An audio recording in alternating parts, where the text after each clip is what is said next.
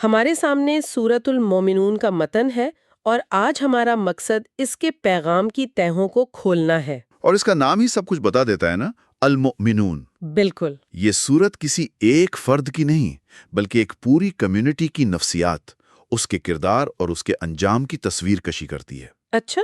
یہ صرف عقیدے کا بیان نہیں ہے بلکہ اس عقیدے سے پیدا ہونے والے انسان کا، آپ کہہ لیں کہ ایک مکمل پروفائل ہے۔ تو سورت کا پہلا ہی جملہ ہے قد افلح المؤمنون، گویا فیصلہ سنا دیا گیا ہے۔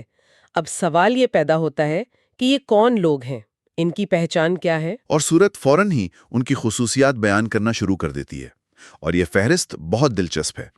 یہ 7 صفات کا ایک مجموعہ ہے جو ایک مومن کی شخصیت کی تعمیر کرتا ہے۔ پہلی صفت ہے الذین هم فی صلاتہم خاشعون، وہ لوگ جو اپنی نمازوں میں خشوع اختیار کرتے ہیں۔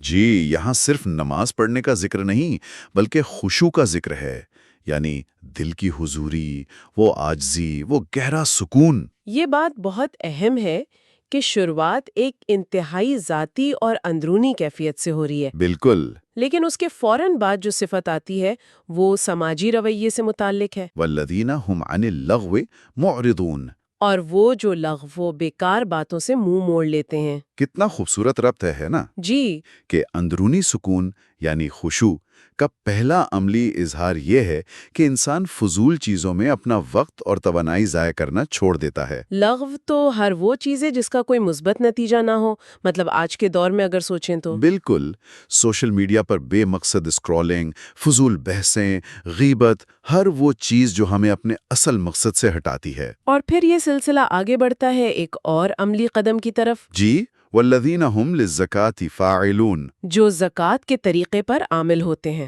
اس کا ایک مطلب تو مالی زکوٰۃ ہے، لیکن اس کا ایک وسیع مطلب نفس اور روح کی پاکیزگی بھی ہے۔ تو پہلے اندرونی کیفیت درست کی، پھر اپنی زبان اور وقت کو فضول کاموں سے بچایا، اور اب معاشرے میں ایک مثبت کردار ادا کر رہے ہیں۔ بالکل، اور اس کے بعد ذاتی پاکیزگی اور کردار کی مضبوطی کا ذکر ہے۔ والذین هم لفروجہم حافظون، جو اپنی شرمگاہوں کی حفاظت کرتے ہیں۔ جی، سوائے اپنی بیویوں اور لونڈیوں کے۔ یہ معاشرتی استحکام کی بنیاد ہے، خاندان کے ادارے کی حفاظت ہے۔ صحیح۔ اور اس کے بعد 2 ایسی صفات ہیں جو کسی بھی مہذب معاشرے کی ریڑھ کی ہڈی ہوتی ہیں۔ کون سی؟ والذین هم لاماناتہم وعہدہم راعون، جو اپنی امانتوں اور وعدوں کا پاس رکھتے ہیں۔ یعنی ایک قابل اعتبار انسان۔ جی، ایک ایسا شخص جس پر آپ بھروسہ کر سکتے ہیں، چاہے وہ مالی معاملہ ہو یا کوئی راز۔ اور پھر یہ فہرست جہاں سے شروع ہوئی تھی وہیں آ کے مکمل ہوتی ہے، لیکن ایک نئے پہلو کے ساتھ۔ صحیح۔ والذین ہم علی صلواتہم یحافظون، اور وہ جو اپنی نمازوں کی پابندی کرتے ہیں۔ یہ بہت گہری بات ہے۔ فہرست کا آغاز نماز کے معیار یعنی خشوع سے ہوا، اور اختتام نماز کی مقدار یعنی پابندی پر۔ اچھا۔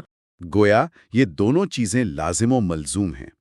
خشوع کے بغیر پابندی ایک بے روح رسم بن سکتی ہے، اور پابندی کے بغیر خشوع ایک عارضی کیفیت۔ تو یہ 7 صفات مل کر ایک مکمل تصویر بناتی ہیں۔ جی، ایک ایسا انسان جو اپنے رب سے جڑا ہے، اپنے نفس پر قابو رکھتا ہے، اور معاشرے کے لیے ایک قابل اعتماد اور مثبت ستون ہے۔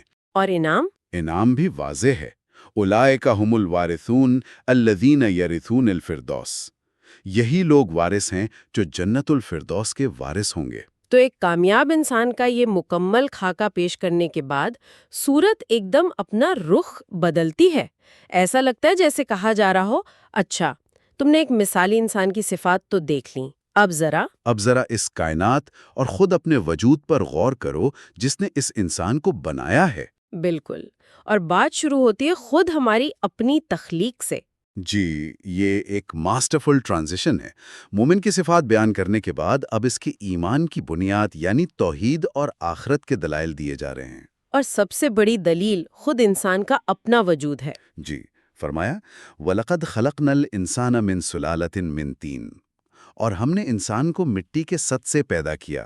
یہ ہمارے آغاز کی عاجزانہ یاد دہانی ہے۔ اور پھر وہ حیرت انگیز مراحل بیان ہوتے ہیں جو ماں کے پیٹ میں وقوع پذیر ہوتے ہیں۔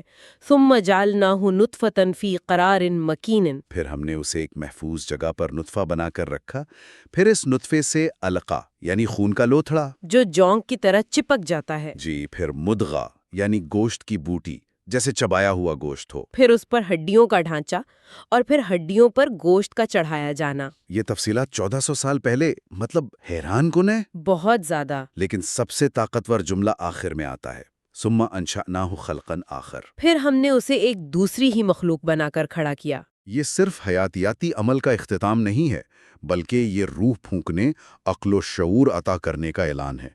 یہ وہ لمحہ ہے جب گوشت پوست کا ایک وجود انسان بنتا ہے۔ سبحان اللہ، فتبارک اللہ احسن الخالقین۔ پس بڑا ہی بابرکت ہے اللہ، سب سے بہترین پیدا کرنے والا۔ اپنے وجود کی اس نشانی کے بعد ہمیں اپنے ارد گرد دیکھنے کی دعوت دی جاتی ہے۔ وَلَقَدْ خَلَقْنَا فَوْقَكُمْ سَبْعَ طَرَائِقَ۔ ہم نے تمہارے اوپر 7 راستے یعنی آسمان بنائے، پھر آسمان سے خاص مقدار میں پانی اتارنے کا ذکر ہے۔ وَأَنزَلْنَا مِنَ السَّمَاءِ مَاءً بِقَدَرٍ۔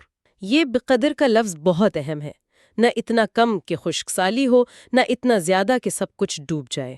بالکل، اور پھر اس پانی کے نتائج دکھائے جاتے ہیں، کھجور اور انگور کے باغات، طور سینا سے نکلنے والا زیتون کا درخت، اور پھر چوپائے، جن میں ہمارے لیے ان گنت فائدے ہیں۔ جی، گویا سورت ہمیں ایک سفر پر لے جا رہی ہے، اپنی ذات کے اندر سے شروع کر کے کائنات کی وسعتوں تک، اور یہ سب نشانیاں ایک ہی حقیقت کی طرف اشارہ کر رہی ہیں۔ یہ اللہ کی نشانیاں ہیں۔ اب سوال یہ ہے کہ جب حقیقت اتنی واضح ہے تو انسان اسے جھٹلاتا کیوں ہے؟ اور اس کے لیے سورت ہمیں تاریخ کے آئینے میں دکھاتی ہے۔ انبیاء اور ان کی قوموں کے واقعات کا ایک سلسلہ شروع ہوتا ہے، اور ان تمام واقعات میں ایک مشترک نمونہ، ایک پیٹرن نظر آتا ہے۔ سب سے پہلے حضرت نوح علیہ السلام کا قصہ۔ وہ اپنی قوم سے کہتے ہیں، یا قوم اعبدوا اللہ ما لکم من الہ غیرہ۔ اے میری قوم، اللہ کی عبادت کرو، اس کے سوا تمہارا کوئی معبود نہیں۔ یہ تمام انبیاء کا مرکزی پیغام تھا۔ اور جواب میں قوم کے سرداروں کا رد عمل بھی تقریباً ایک جیسا ہوتا ہے۔ جی، وہ کہتے ہیں، ما ھذا الا بشر مثلکم یرید ان یتفضل علیکم۔ یہ تو تم جیسا ہی ایک انسان ہے جو تم پر برتری حاصل کرنا چاہتا ہے۔ وہ پیغام پر غور کرنے کے بجائے پیغام لانے والے کی ذات میں کیڑے نکالتے ہیں۔ یہ انکار کی نفسیات ہے۔ جب دلیل کا جواب نہیں ہوتا تو کردار کشی کی جاتی ہے۔ بالکل، جب حضرت نوح کی قوم نے انہیں جھٹلایا تو انہوں نے اللہ سے دعا کی، رب انصرنی بما کذبون، اور پھر اللہ کا فیصلہ آتا ہے اور نافرمان قوم کو غرق کر دیا جاتا ہے۔ اور سورت کہتی ہے کہ یہ صرف ایک قوم کی کہانی نہیں ہے۔ ثم ارسلنا رسلنا تترا، پھر ہم نے پے در پے اپنے رسول بھیجے۔ لیکن کلما جاء امۃ رسولھا کذبوہ، جب بھی کسی امت کے پاس اس کا رسول آیا انہوں نے اسے جھٹلا دیا۔ اور نتیجہ کیا ہوا؟ فَأَتْبَعْنَا بَعْضَهُمْ بَعْضًا وَجَعَلْنَاهُمْ أَحَادِيثَ، ہم نے انہیں ایک دوسرے کے پیچھے لگا دیا اور انہیں قصے کہانیاں بنا کر چھوڑ دیا۔ پھر حضرت موسیٰ اور ہارون علیہ السلام کا ذکر آتا ہے۔ جی، جنہیں فرعون اور اس کے سرداروں کے پاس بھیجا گیا۔ یہاں انکار کی ایک نئی وجہ سامنے آتی ہے، تکبر اور طبقاتی نظام۔ وہ کہتے ہیں کہ انؤمن للبشرین مثلنا وقومہما لنا عابدون، کیا ہم اپنے جیسے دو انسانوں پر ایمان لے آئیں جبکہ ان کی قوم ہماری غلام ہے؟ آخرکار وہ بھی ہلاک کر دیے گئے۔ ان تمام قصوں کے بعد حضرت عیسیٰ اور ان کی والدہ حضرت مریم علیہ السلام کا ذکر ہے۔ وَجَعَلْنَا ابْنَ مَرْيَمَ وَأُمَّهُ آیَةً، اور ہم نے ابن مریم اور اس کی ماں کو ایک نشانی بنایا۔ ان تمام واقعات کا مقصد ایک ہی حقیقت کو واضح کرنا ہے۔ پیغام ایک تھا، انکار کے بہانے مختلف تھے، لیکن انجام سب کا ایک جیسا ہوا۔ تو یہاں ایک فطری سوال پیدا ہوتا ہے، اگر تمام انبیاء ایک ہی پیغام لائے، ایک ہی دین کی دعوت دی، تو پھر آج دنیا میں اتنے سارے مذہب اور گروہ کیوں ہیں؟ یہ اختلافات کہاں سے آئے؟ جی، سورت اس سوال کا براہ راست جواب دیتی ہے۔ تمام رسولوں کو مخاطب کر کے فرمایا، وَإِنَّ هَٰذِهِ أُمَّتُكُمْ أُمَّةٌ وَاحِدَةٌ وَأَنَا رَبُّكُمْ فَاتَّقُونِ۔ اور یہ تمہاری امت ایک ہی امت ہے اور میں تمہارا رب ہوں، بس مجھ سے ہی ڈرو۔ پیغام بالکل واضح تھا، دین ایک ہے، خدا ایک ہے، اور تم سب ایک ہی امت ہو۔ لیکن پھر ہوا کیا؟ فَتَقَطَّعُوا أَمْرَهُمْ بَيْنَهُمْ زُبُرًا، مگر لوگوں نے اپنے دین کو آپس میں ٹکڑے ٹکڑے کر لیا۔ اور كُلُّ حِزْبٍ بِمَا لَدَيْهِمْ فَرِحُونَ، ہر گروہ اسی میں مگن ہے جو اس کے پاس ہے۔ یہ انسان کی اپنی پیدا کردہ تفریقہ بازی ہے۔ اور پھر سورت ان لوگوں کی ایک بہت بڑی غلط فہمی کو دور کرتی ہے جو دنیاوی کامیابی کو اللہ کی رضا کی علامت سمجھتے ہیں۔ جی، وہ پوچھتی ہے اَيَحْسَبُونَ أَنَّمَا نُمِدُّهُم بِهِ مِن مَالٍ وَبَنِينَ نُسَارِعُ لَهُم فِي الْخَيْرَاتِ۔ کیا وہ یہ سمجھتے ہیں کہ ہم جو انہیں مال اور اولاد سے مدد دے رہے ہیں تو یہ ان کے لیے بھلائیاں ہیں؟ اور جواب بڑا چونکا دینے والا ہے، بَل لَّا يَشْعُرُونَ، نہیں، بلکہ وہ شعور ہی نہیں رکھتے۔ تو یہ تو مہلت ہے، آزمائش ہے۔ بالکل، اصل نیکی کا معیار یہ نہیں ہے۔ اس کے فوراً بعد سورت ایک بار پھر حقیقی نیک لوگوں کی صفات بیان کرتی ہے، لیکن اس بار ایک مختلف اور گہرے انداز میں۔ اچھا؟ وہ لوگ جو اپنے رب کے خوف سے لرزا رہتے ہیں، جو اس کی آیات پر ایمان لاتے ہیں، جو شرک نہیں کرتے، اور سب سے بڑھ کر وَالَّذِينَ يُؤْتُونَ مَا آتَوْا وَقُلُوبُهُمْ وَجَلَةٌ أَنَّهُمْ إِلَىٰ رَبِّهِمْ رَاجِعُونَ، وہ جو کچھ بھی اللہ کی راہ میں دیتے ہیں اس حال میں دیتے ہیں کہ ان کے دل کانپ رہے ہوتے ہیں کہ انہیں اپنے رب کی طرف لوٹنا ہے۔ یعنی نیکی کر کے غرور نہیں بلکہ یہ خوف کہ قبول ہوئی یا نہیں۔ جی، یہی وہ لوگ ہیں جو نیکیوں میں سبقت لے جاتے ہیں۔ اب سورت اپنے اختتامی حصے کی طرف بڑھتی ہے جہاں منکرین کے تمام دلائل کو رد کر کے آخرت کی حقیقت کو پوری قوت سے سامنے لایا جاتا ہے۔ صحیح۔ جی، یہاں عقلی دلائل کا ایک سلسلہ ہے۔ ان سے ایسے سوالات پوچھے جاتے ہیں جن کا جواب وہ خود جانتے ہیں۔ قُل لِّمَنِ الْأَرْضُ وَمَنْ فِيهَا إِن كُنتُمْ تَعْلَمُونَ، ان سے پوچھو اگر تم جانتے ہو تو بتاؤ یہ زمین اور جو کچھ اس میں ہے کس کا ہے؟ اور وہ خود ہی جواب دیتے ہیں، سَيَقُولُونَ لِلَّهِ، وہ ضرور کہیں گے کہ اللہ کا ہے۔ تو ان سے کہا جاتا ہے قُلْ أَفَلَا تَذَكَّرُونَ، تو پھر تم نصیحت کیوں نہیں حاصل کرتے؟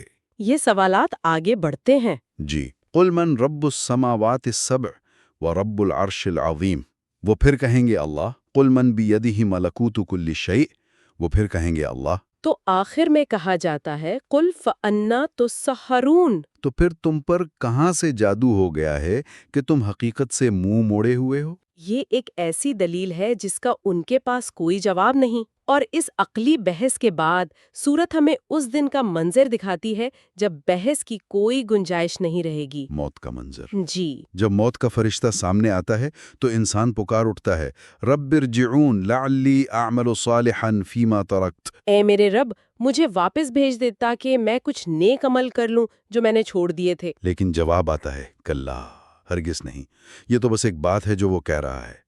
پھر سور پھونکے جانے، اعمال کے تلنے اور جنتیوں اور جہنمیوں کے انجام کا تفصیلی نقشہ ہے۔ اور ان تمام دلائل، تاریخی واقعات اور آخرت کے مناظر کے بعد سورت ایک ایسے سوال پر آ کر ختم ہوتی ہے جو پوری انسانیت کے ضمیر کو جھنجھوڑ کر رکھ دیتا ہے۔ ایک ایسا سوال جس میں پوری زندگی کا فلسفہ پوشیدہ ہے۔ جی، وہ آیت ہے افحسبتم انما خلقناکم عبثا وانکم الینا لا ترجعون، کیا تم نے یہ سمجھ رکھا تھا کہ ہم نے تمہیں یوں ہی بے مقصد پیدا کیا ہے اور یہ کہ تمہیں ہماری طرف کبھی پلٹنا ہی نہیں ہے؟ یہ سوال اس پوری سورت کا بلکہ پورے قرآن کا نچوڑ ہے۔ تو ہم نے دیکھا کہ سورۃ المؤمنون ایک سفر ہے۔ یہ کامیاب مومن کی شخصیت کی تعمیر سے شروع ہوتی ہے، پھر کائنات اور تاریخ سے توحید کے دلائل پیش کرتی ہے، انسانیت کے تفریقے کی وجوہات بتاتی ہے، اور آخر میں زندگی کے مقصد پر اس بنیادی سوال کے ساتھ ہمیں چھوڑ جاتی ہے۔ اس کی ساخت بے حد طاقتور ہے۔ جی، یہ صرف احکامات نہیں دیتی بلکہ ایک مکمل ورلڈ ویو، ایک نقطہ نظر فراہم کرتی ہے۔ یہ ہمیں یاد دلاتی ہے کہ ہماری زندگی کوئی حادثہ نہیں بلکہ ایک ذمہ داری ہے جس کا ہمیں جواب دینا ہے۔ اور سورت کا آغاز اور اختتام ایک دوسرے کے ضد ہیں۔ پہلی آیت کہتی ہے یقیناً مومن کامیاب ہو گئے، قد افلح المؤمنون، اور آخری آیات میں سے ایک ہے یقیناً کافر فلاح نہیں پائیں گے۔ انہ لا یفلح الکافرون۔ کامیابی اور ناکامی کے ان دو حتمی اعلانات کے درمیان جو کچھ بیان ہوا وہ ہمیں یہ سوچنے پر مجبور کرتا ہے کہ آج کی دنیا میں جہاں ہر طرف بے مقصدیت اور لغو کا دور دورہ ہے، ہم اپنی زندگی کو عبث یعنی بیکار ہونے سے کیسے بچا سکتے ہیں؟ کامیابی کے اس خدائی معیار پر ہم خود کو کہاں پاتے ہیں؟